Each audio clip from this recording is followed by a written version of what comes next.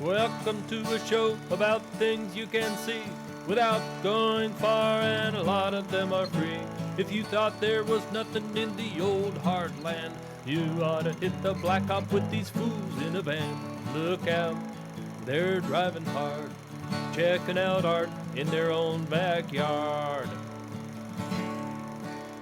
Randy does the steering so he won't hurl. Mike's got the map, such a man of the world. That's Don with the camera, kinda heavy on the shoulder. And that giant ball of tape, it's a world record holder. Look out, they're driving hard, checking out art in their own backyard.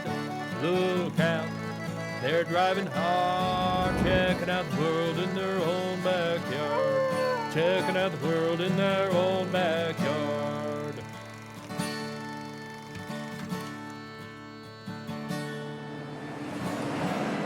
Dear TV Mailbag, does this mean we've upset someone?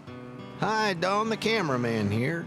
After a hard night's driving, I woke to find myself in Oklahoma. Muskogee to be exact, where we'd spent the night in one of those motels with a number bigger than 5 and smaller than 7, and have now moved on to the corporate clutches of a giant food retailer's drive-through window. Your coffee's bigger than that, right? That's what they give you at the motel up the road. It's the Thumbelina-sized coffee. Now, Muskogee may be a fascinating place with lots to see and do, but here on the outskirts, the pickings kinda slim. Though when it comes to hub, this place does kick the baby moons off that hill we passed back in Missouri. Didn't stop then, and we're not stopping now. Not with so much art and so many attractions to try and squeeze in. Besides, I just take the pictures. These high-priced producers use their uncanny skills to figure out where we're going next and how to get there. The big blue whale Big blue whale. in Oklahoma? No one has explained suitably why there's a big blue whale, which is reason enough for us to want to find it. Now you would think that with proper research, the exact whereabouts of any giant blue mammal near Catoosa, which is to say not far from Tulsa, should be easily determined, even for the navigationally challenged. We had kind of competing directions there. We had the lady with the yellow truck versus the lady behind the counter. Yeah, my feeling is go right. Really? Go left. I think my feeling is go left. Day 4, dissension in the car. What started out as a simple journey from Muskogee has turned into a circuitous route from hell. It's like a bad dream. Starting with that motel with the number. There it is! Whoa, hit the brakes! This is it, apparently. In its time and place, I'm sure it was quite a recreational hotspot. Probably kids were leaping out of the whale's mouth. It's a Pinocchio fantasy come alive. This just reminds me of the scientific part of the show. Ambergris is like whale vomit that they make. It's like one of the key ingredients in expensive perfume. Cool. Yeah, So I don't know if there was any of that extracted out here or not. smell it from here. We just like to include occasionally a little bit of science in the program. Actually, maybe Will Rogers used to come here, who knows? That sounds like my cue to show you where we went next. Now, I'm sure that if Will had lived long enough, he'd have never met a ball of videotape he didn't like either. The famous Oklahoman is remembered fondly in this museum up on a hill in Claremore, which made a lovely site for playing some quick catch in yet another state. Doesn't say no pepper anywhere. Now, plenty of big network shows like Good Morning America have been here, but not a one has driven the 20 short miles to Collinsville like we are to show you the fence. All 250 feet of it on Jack Metcalf's front lawn, and it's still growing. I had to ask a lot of people when I got it what things was, you know, and then when I added stuff, I'm a machinist by trade, and a man by the name of Madison down was a welder and stuff, blacksmith in Collinsville, and he started it with this big section up here with the wrenches. He built it up, and they had it around his place there, and in Collinsville, and the church bought his property after he died. And I restored it and re-put it. A lot of things was broken out. And you can see cutting torches here, cowbells, spoons. This is an oil well drilling bit. What you know what this is, that's a hay saw. What they sawed loose hay that was stacked. Most of them, you just start and filled it in as you went. As you got stuff, you just put it in. I didn't try to make it pretty or anything like that. You just set up 2 poles and put in, and then you just fill it in. Start at one end and weld stuff in. Do you feel like it's pretty though now that it's done? Well, I think so, yeah. That's a pipe wrench. That's not. That's a whole, that's a working pipe, yes. This wrapped around your pipe, and this was the teeth that held it. So you had to be pretty much of a hoss to use such a thing. You want to come see me, Mr. Cameraman? Just open up the gate and let him in. And this was an old treadle sewing machine, and those were rotary bits, and this was an old stationary bit here. This is one of the modern, this is a late 40 pitcher pump. That's my neighbor. How do the neighbors feel about looking over and seeing? Yeah, that's fine. This? He likes it. He's president of our Bank of the Lakes down here. Well, I should have got him over here and got him on television. Some people says it's art, some people says it's junk, and some people just take it for granted, you know. what do you take it? Well, I just put it up here for people to look at. We had people from Chicago, Nebraska, and Georgia, and California. Do you like that? Well, yeah. They stop in. That's why they said said. You put it up there so people would look Right. at it. People come see it. It's free of charge. And like life itself, the fence in Collinsville is an ongoing process which Jack plans to keep going on with, bringing things out of his garage as time allows. Unfortunately, our time will not allow much for things like lunch, thanks to that damn blue whale, the damn it Oologah, which we did not have time to enjoy much either because Randy felt compelled to keep the pedal to the metal to get to and more fully enjoy what he termed a roadside attraction of the highest order. The jaw-dropping factor is high, is what you're trying to tell me? Everyone see it, they go, woo! Now I have to admit a 7-story concrete totem pole in the middle of nowhere does tend to catch your eye. This would be Ed Galloway's Totem Pole Park on Highway 28A just outside the little town of Foyle. After Ed's passing in the early 60s, things fell into disrepair. But thanks to the Kansas Grassroots Art Association, the KGAA for short, this unique piece of Americana has been colorfully coming back to life. They moved out here in 1937, and he completed the totem pole in 1948. He originally was a wood carver. He really hadn't done masonry until he came out here. What was Ed Galloway going to get out of having this on his property? Oh, I think he just enjoyed doing it, and he enjoyed having people look at it and sharing with everybody and having them stop by and visiting with him. And he liked to give things away. He said, you know, he felt that that was important to give something that you had made, to give it away. He didn't sell a lot of things. Ed was kind of a strange person, actually, from what research I've done. A man, 82 years old, out here, you know, working up in the air, 90 feet almost. You know, you can't say that's average. Now, he did, I'm pretty sure, have a great admiration for the American Indian. Even though he was not any part Indian himself, he did admire them a great deal. Prior to its being restored, it had really very little appeal to anybody, including me. It was like that top piece up there, see? You can't hardly even tell there was any artwork involved. So if the Kansas Grassroots Art Association didn't take an interest in this and didn't restore it, which is what they are doing, almost 100% on their own, it would be just another piece of cement sticking in the air. He was always taking all the tourists and all the people that stopped into the house to see what he had made.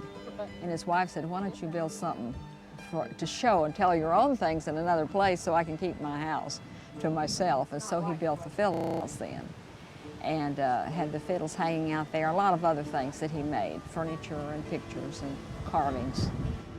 The thing I think is exciting about this building is that this is all original. I mean, this has not been repainted at all. This is all like it was. I like how he put the paintings right into the concrete.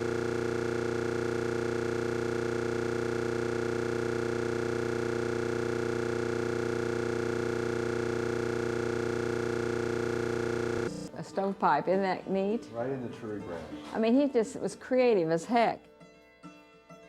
He told his wife he was going to build a tree. And she said, well, totem poles are made by fools like thee, but only God can make a tree. So he came out and made that tree. He just wanted to show her that he could make a tree also. Would you like to meet Ed Galloway? Sure. Yeah, I think I'd like to have met him. Yeah. He's kind of a nut like me, I guess. Works all the time, you know. Yeah. And I think he wanted to leave something so folks like us could stand out here after he was gone and kind of admire his work. Yeah. He was very proud of it when he was alive. At one time, this was a very busy road with lots of traffic to and from the lake. People would stop to take a load off and have a bite to eat, and I don't mean just pretzels. In fact, I'm thinking it was the lack of food and maybe the beginning of a heat stroke that accounts for pictures like these. Even though I was eventually rescued, I felt compelled to point out that they would be hearing a lot of four-letter words from back here unless we stopped soon for these particular three. There, that's better. Now I can settle back for some serious turnpike driving, something there seems to be a lot of in northeast Oklahoma, though the exact method of payment did seem to be giving Randy a little bit of trouble. A refund? Guess he's just trying to make sure those public TV dollars are as well spent as they can be, or he's even slower than I feared. We don't understand this Oklahoma turnpike thing. Well, if you can read all the signs, they explain it to you. Okay, thanks. That's probably it. How much did you get back? I got 50 cents back. All right. Did she just diss me? That would be affirmative. But as I always say, if the shoe fits. Anyway, we were done with toll road driving for a while, which is kind of nice because that's how you discover things in small towns. Like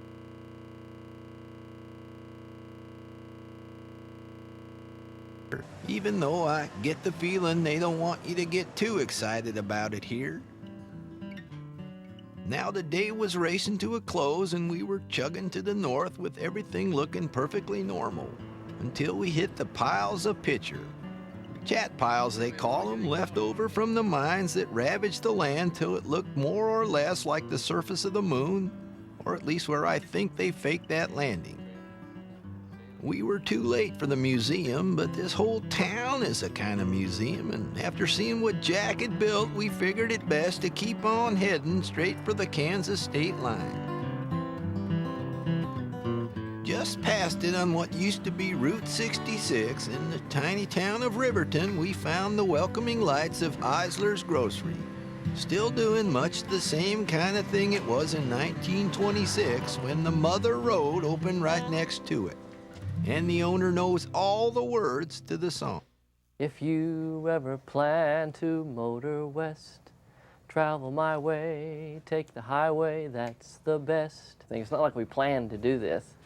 You know, we didn't plan to have a gift shop that was probably the best stocked on Route 66, and that's what people tell us. It's just one of those things that worked out nicely. It winds from Chicago to LA. You ought to be here when the Smithsonian bus tour comes through and there's 40 people walking around this room and the floor's going like, you know, but they don't complain too much. Now you go through St. Louis, Joplin, Missouri, and Oklahoma City is mighty pretty. You'll see Amarillo. This is a handmade Route 66 whistle, a wooden whistle. That you probably won't find anywhere else. Flagstaff, Arizona, don't forget Winona. I don't know if you could walk in many places and buy Burma shave. Kingman, Barstow, San Bernardino, won't you get hip to this timely tip? Route 66 cologne, I don't know if you've seen any of that. How does the Kansas portion smell? They likened it to roadkill.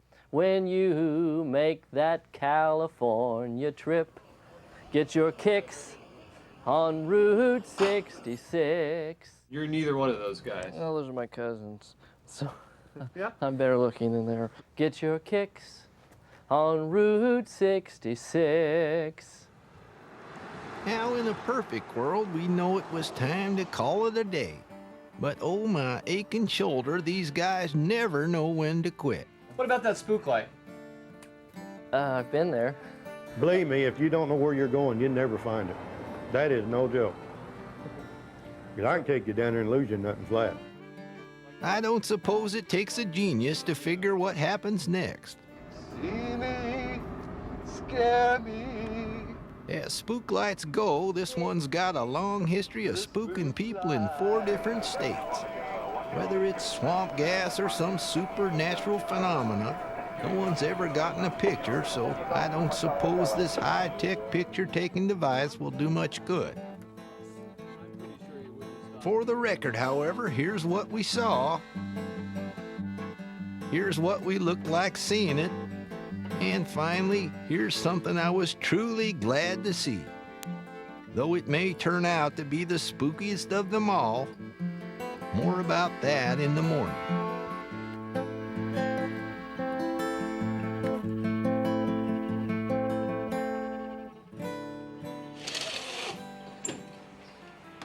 Talk about amenities. That's all we could do because we could never find them. And I'm more convinced than ever that there's nothing special about construction. About the only good news is it put us right across the street from something we had come to see. Hans White, he operated the Pittsburgh, Kansas Marble Works from 1892 until his death in 1926. Sculpted all kinds of things. It's kind of early Cabbage Patch. And that's French, is it not? Yeah. Hans White was born in Ohio in 1854, moved to Pittsburgh in 1892. In 1904, he built a display building for his tombstones and architectural ornaments right next to the Frisco Railroad track. And on the top, he had fans and flames which could be seen for miles at that time.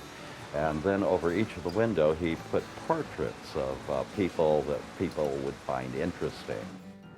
Buffalo Bill there. George Washington. He had a thing for George Washington. Oh, this is Billy Thompson, Indian gunfighter. No, I'm sorry, Wyatt Earp. It was kind of a cross between Archie and Jughead. Carrie Nation. You can see the zeal in her eyes. The Benders lived in Cherryvale, or outside it, and people would come stay at their house and basically become part of the garden. Oh. And they got a museum for it. Oh. This was the richest part of the state of Kansas. This was industrial. Pittsburgh alone had 5 major railroads. There was lots of folk art in Pittsburgh, but unfortunately, most of it has been demolished. In fact, the wrecking ball came perilously close to getting Gene's own place. No, it's not the secret hideaway of a comic book superhero, just a house built in the 30s by a man named Standard, and it's clearly anything but that. Now, this was built by a 24-year-old attorney who had been graduated from the University of Kansas Law School at the age of 19. It's all made out of recycled materials. The reinforcements are the old Joplin-Pittsburgh Railroad rails, and you can see some of those sticking out in the garage over here. He was into solar heating and cooling before anybody even thought of it. And so the overhangs, for example, allow the sun into the rooms during the winter time, but during the summer, the rooms are shaded because of that. He knew what he was doing. He built it on a base that is made of concrete, 6 feet deep. And so you don't have to worry about anything shaking or whatnot. People stop in and hear about this house. Do they come by and gawk? Constantly. And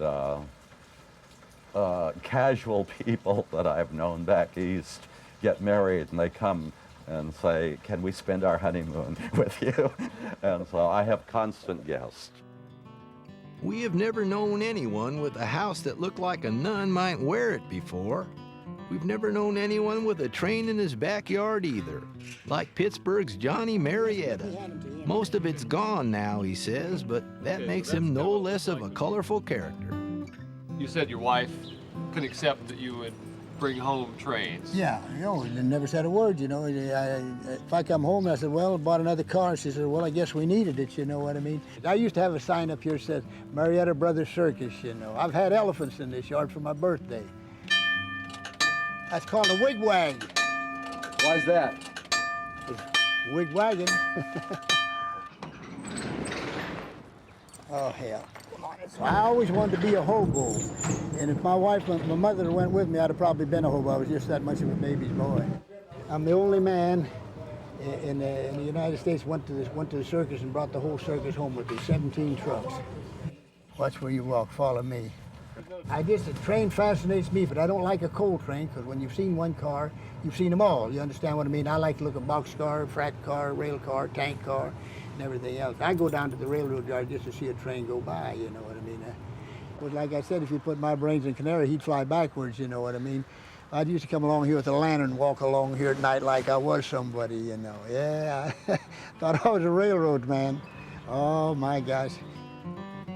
You can still see what's left of Johnny's collection on the edge of town just off Highway 126, which took us out of Pittsburgh and into some pretty heavy rain on our way to West Mineral, home of Southeast Kansas's biggest attraction. I'm talking, of course, about the only electric shovel with a proper name and a fully stocked gift shop.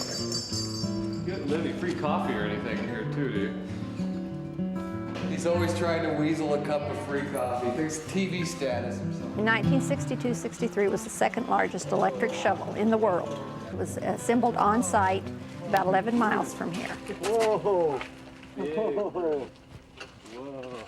Man. When it was built, it was $6.5 million cost. It's 16 stories tall, and it's 11 million pounds. And the last electric bill was $27,000. Went 11 miles in 11 years. So it worked a mile a year.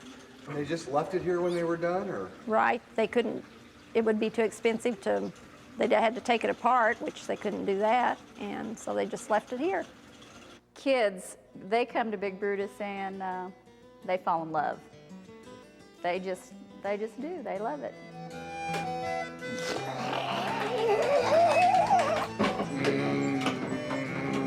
You kids, get out of the way! I take the groups down, and they're overwhelmed. The size just blows them away. They don't come here looking to get rowdy? Oh, yeah. We had a Boy Scout group from hell, but you're not going to put that on there, right? Damn kids. Oh, another bucket. I like this, but I wonder if you could get it in some color other than green. I can do that for you. I remember TV before cable. Dump your load here. There goes another Western omelet. Oh, it was a hard day driving the Tonka toys. We had to admit that Big Brutus puts the big ball of videotape to shame. But why dwell on the negative when so many cool souvenirs are so readily available? It left us with just one destination for this gray and dreary day, Bob Doris's farm just outside Erie. The creek was high, the roads were soggy, and no wonder it was raining cats and dogs and giant reptiles here. Dinosaur Not So National Park? I like your sign. You know, you've got Jurassic Park. I call this Half-Astic Park. This was the first one actually that he made, and he made this for me so I could set it on my desk at work. And then it kind of ballooned from there. That's an Apatosaurus. Brontosaurus they used to call it, but they changed it for some reason. I don't know. That's a great big source out there. The bottom part of it, of course, is a crankcase pan off the engine, oil pan in other words. And the wings is a hood from some old straight 8 car. Of course, that's a transmission turned upside down, this part of it. Triceratops automatic. If I can get a picture of a thing in my mind, I can build it, whatever it is, but pretty well. You know, might not suit anybody else, but suits me well. Basically, I don't know anything about dinosaurs. Just like the T-Rex there, I don't know whether it had 15 ribs or 25. Like the boys back in the Smithsonian says, if it looks right, use it. Oh, I've worked probably harder since I retired than I did before. You know, that's usually the case. Like they say, if you got anything you need to do, that you better do it before you retire because you won't have time afterwards, you know. We have school groups who come, and children especially love the dinosaurs. And it's been fun for us since our children are grown and our grandchildren. It keeps us in touch with young people. Is that a swingosaurus? I've always been a pretty good welder ever since I can remember. I'll put it that way, that's my own estimation. Probably a good welder would probably make fun of me, but I'm not an artist or a sculptor. I shy clear away from that. I think they throw that word artist around pretty loosely sometimes, you know. And in case you hadn't noticed by now, wherever it's being thrown, we'll be there to catch it. Time to get these old bones on the road. This is Don the Camera Guy, signing off.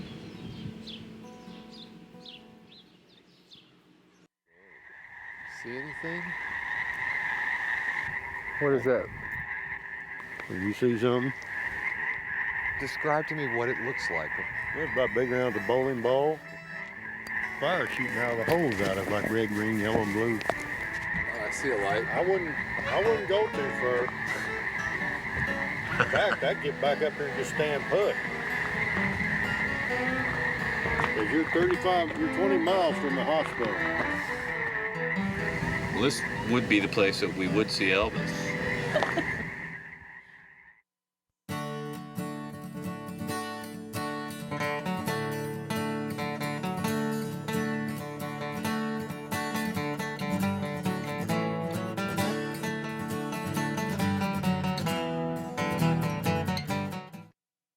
To learn more about the sights you've seen on this program, you can order the companion book to the series Rare Visions and Roadside Revelations by calling the number on your screen.